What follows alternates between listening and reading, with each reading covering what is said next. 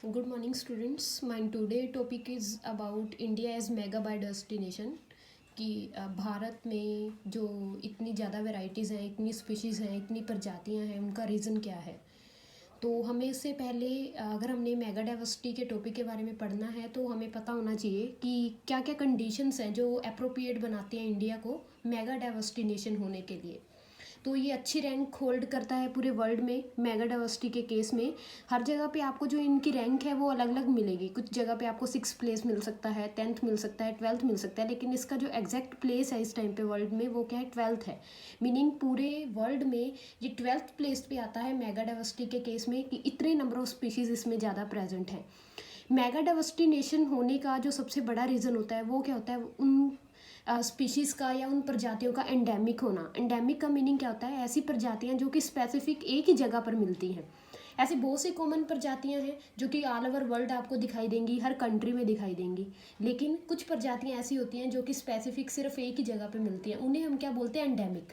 तो किसी भी जगह पे जितनी ज़्यादा एंडेमिक स्पीशीज़ होंगी, इसका मीनिंग वहाँ पे जो बायोडाइवर्सिटी है वो क्या है, उतनी ही ज़्यादा है, क्योंकि अलग अलग वेराइटीज़ हैं जो कि दूसरों से क्या है, डिफरेंट हैं। इसका जो सबसे बड़ा रीज़न होता है वो होता है इन्वायरमेंटल एंड जोग्राफिक कंडीशन में डाइवर्सिटी का होना। मीनिंग इन्वायरमेंटल कंडीशंस इतनी अलग अलग टाइप की हैं, जोग्राफिकल कंडीशंस इतनी अलग अलग टाइप की हैं। जो भी नोट्स वगैरह आपको पहले भेजे गए हैं उनमें सभी टाइप की जो कंडीशंस हैं वो लिखी गई हैं। जोग्राफिकल कंडीशंस भी जैसे उसमें बताई गई हैं, जैसे कि कुछ एरियाज़ कैसे हैं, डेजर्ट एरिया हैं, कुछ एरियाज़ क्या हैं, माउंटेन एरियाज़ हैं, कुछ प्लेट्यूज़ हैं। तो आप वो जो नाम है वहाँ से पढ़ सकते हैं, तो अगर आप पढ़ना चाहते हैं तो। और सेकेंडली उनके अगर एक एक दो दो फीचर्स हैं वो याद करना चाहते हैं तो आप याद कर सकते हैं। उसके बाद इंडिया इंक्लूड करता है diversity of Asia, Europe and Africa.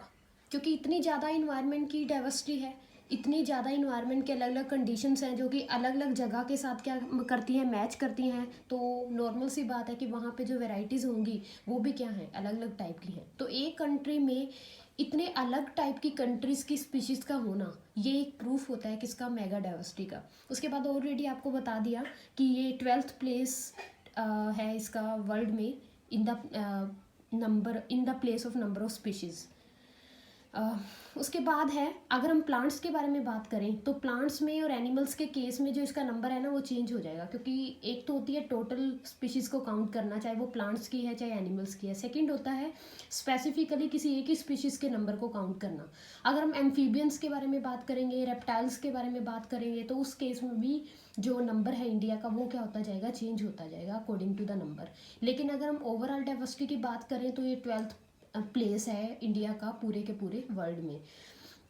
क्योंकि हमारे पास अगर मान लो टोटल स्पीशीज़ 2,50,000 है प्लांट्स की पूरे वर्ल्ड में, तो उसमें से 15,000 ऐसी स्पीशीज़ थी जो कहाँ से मिली थी, इंडिया से मिली थी। मीनिंग 15,000 एंडेमिक स्पीशीज़ हैं जो कि ओनली इंडिया में मिली। बहुत सी स्पीशीज़ ऐसी होती हैं जो एक जगह पे क्या होती हैं, एंडेमिक होती हैं, लेकिन बाद में उनको दूसरी जगह पे क्या करवाया जाता है, ट्रांसफ़र करवा दिया जाता है। लेकिन वो जो ट्रांसफ़र करवाने का रीज़न होता है उसका नेचर के ऊपर क्या है, बहुत लार्ज इम्पैक्ट होता है। ट्रांसफ़र करवाने के लिए उसके कुछ ना कुछ जो नेचुरल प्रीडेटर्स है ना वो होने चाहिए उस नेचर में, वरना उनका जो नंबर है एक लिमिट से ज़्यादा इंक्रीज हो जाता है। आई थिंक सो पहले भी मैं बता चुकी हूँ इन्वायरमेंटल फूड चेन वगैरह के बारे में कि हर एक चीज़ का जो नंबर है फिक्स रखने के लिए उसके ऊपर डिपेंडेंट कुछ और होना चाहिए जो कि उसके नंबर को कंट्रोल कर सके। इन द सेम वे अगर कोई भी स्पीशीज़ वगैरह को कहीं पर लेकर जाया जा रहा है तो वहाँ पर उसके नेचुरल प्रीडेटर्स का मीनिंग क्या है, जो उनके नंबर को कंट्रोल करें वो होने चाहिए। अगर वो नेचुरल प्रीडेटर्स वहाँ पर नहीं होंगे तो वही जो स्पीशीज़ है, वही जो प्रजाति है, वो इन्वायरमेंट को क्या कर सकती है, अनबैलेंस कर सकती है। तो इसमें ये भी बताया गया है फर्दर, इसमें नियरली 47,000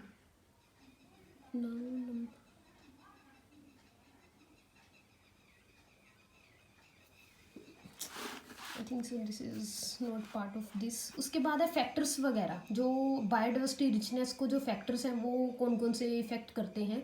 बायोडाइवर्सिटी रिचनेस का मीनिंग आई थिंक सो पहले क्लास में एक्सप्लेन किया जा चुका है कि बायोडाइवर्सिटी रिचनेस का मीनिंग क्या होता है, वहाँ पे कितनी अलग अलग टाइप के क्या है स्पीशीज़ हैं।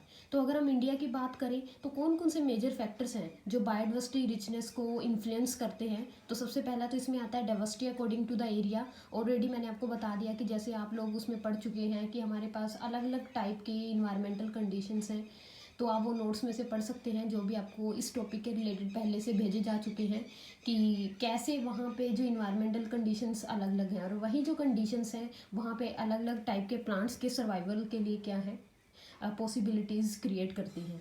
सेकंड है अलग टाइप के सीज़न होना। हमारे यहाँ पे वेरिएशंस है सीज़न की, स्पेसिफिक विंटर सीज़न होता है, समर है, ऑटम है, तो उसके अकॉर्डिंग जो नंबर ऑफ़ स्पीशीज़ हैं वो भी क्या होती हैं, अलग होती हैं। अब अगर हम प्लांट्स की बात करें तो हमारे विंटर सीज़न में अलग टाइप के प्लांट्स को ग्रो करवाया जाता है, समर सीज़न में इन्वायरमेंटल कंडीशन चेंज होने की वजह से अलग टाइप के प्लांट्स हैं जिनको ग्रो करवाया जाता है। तो वही रीज़न बनती हैं नंबर ऑफ़ स्पीशीज़ के ओरिजिनेट होने का। डाइवर्सिटी इन सोइल है, अलग अलग जगह पे अलग अलग टाइप की सोइल है, जैसे कि फर्स्ट ईयर में ऑलरेडी पढ़ चुके हैं लिथोस्फीयर वाले टॉपिक में कि सोइल कौन कौन से टाइप की हैं हमारे पास और उनका जो बनने का रीज़न क्या है। उसके बाद क्या है इकोलॉजिकल कंडीशंस के अलग होने के कारण भी बहुत सारी वेरिएशंस आती हैं। इकोलॉजिकल को हम डायरेक्ट मीन में वही कह सकते हैं, इन्वायरमेंटल कंडीशन का अलग होना, इकोसिस्टम का क्या होना, अलग होना। तो इवोल्यूशन के बारे में आप लोगों ने सुना होगा, अगर कहीं पे भी कोई कंडीशंस हैं वो चेंज होती जाती हैं तो धीरे धीरे उन वहाँ पर रहने वाली जितनी भी स्पीशीज़ हैं उनमें क्या है इवोल्यूशन होना स्टार्ट हो जाता है, मीनिंग वो खुद को उन कंडीशंस में रहने के लिए क्या है अडेप्ट करना शुरू कर देते हैं। अडेप्ट करने के कारण ही क्या आती हैं वेरिएशंस आती हैं स्पीशीज़ में।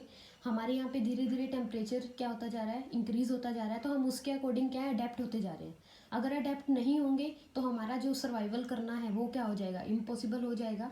तो यही सब कंडीशंस हैं जो नई स्पीशीज़ के बनने का कारण बनती हैं। आई थिंक सो पहले भी मैं एक्सप्लेन कर चुकी हूँ कि हमारे पहले के टाइम पे बहुत सारी वेराइटीज़ थी, इन्वायरमेंटल कंडीशन होने की चेंज होने की वजह से वो स्पीशीज़ क्या होती गई, एक्सटिंक्ट होती गई और नई स्पीशीज़ बनती गई।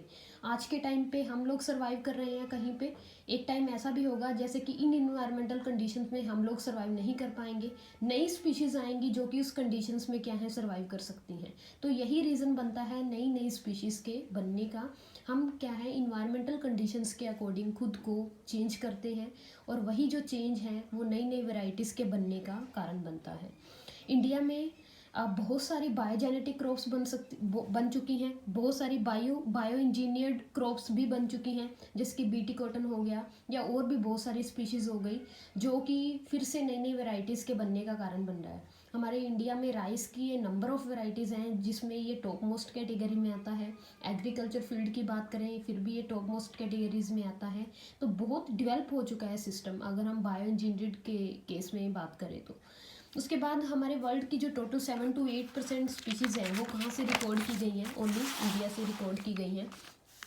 उसके बाद उन नोट्स में सारा दिया गया है, एम्फीबियंस का नंबर्स वगैरह कुछ दिया गया है, पढ़ सकते हैं वहाँ से। रैंक के अकॉर्डिंग देखा जाए तो एम्फीबियंस ऐसे एनिमल्स हैं जो कि सर्वाइव कर सकते हैं लैंड के ऊपर भी और सर्वाइव कर सकते हैं वाटर में भी। अगर उनके नंबर की बात करें तो इंडिया रैंक करता है वर्ल्ड में 15th। एंडेमिक स्पीशीज़ के बारे में आपको बता दिया। और हमारे इंडिया में अंडमान एंड निकोबार आइलैंड्स ऐसे जगह हैं जहाँ पे सबसे ज़्यादा नंबर में जो स्पीशीज़ हैं उनको रिकॉर्ड किया गया है। तो आपको नॉलेज होनी चाहिए बस जस्ट इन सभी फैक्टर्स के बारे में कि क्या क्या फैक्टर्स हैं जो कि इंडिया को एक मेगा डाइवर्सिटी नेशन बनाते हैं। अगर आप नंबर वगैरह याद करना चाहें उनका तो कर सकते हैं, अगर आप परसेंटेज याद करना चाहें जैसे एम्फीबियम रेप्टाइल्स की दी गई है वो भी कर सकते हैं कि कितना % है टोटल नंबर में। But ultimate we should have knowledge about the reasons of mega diversity.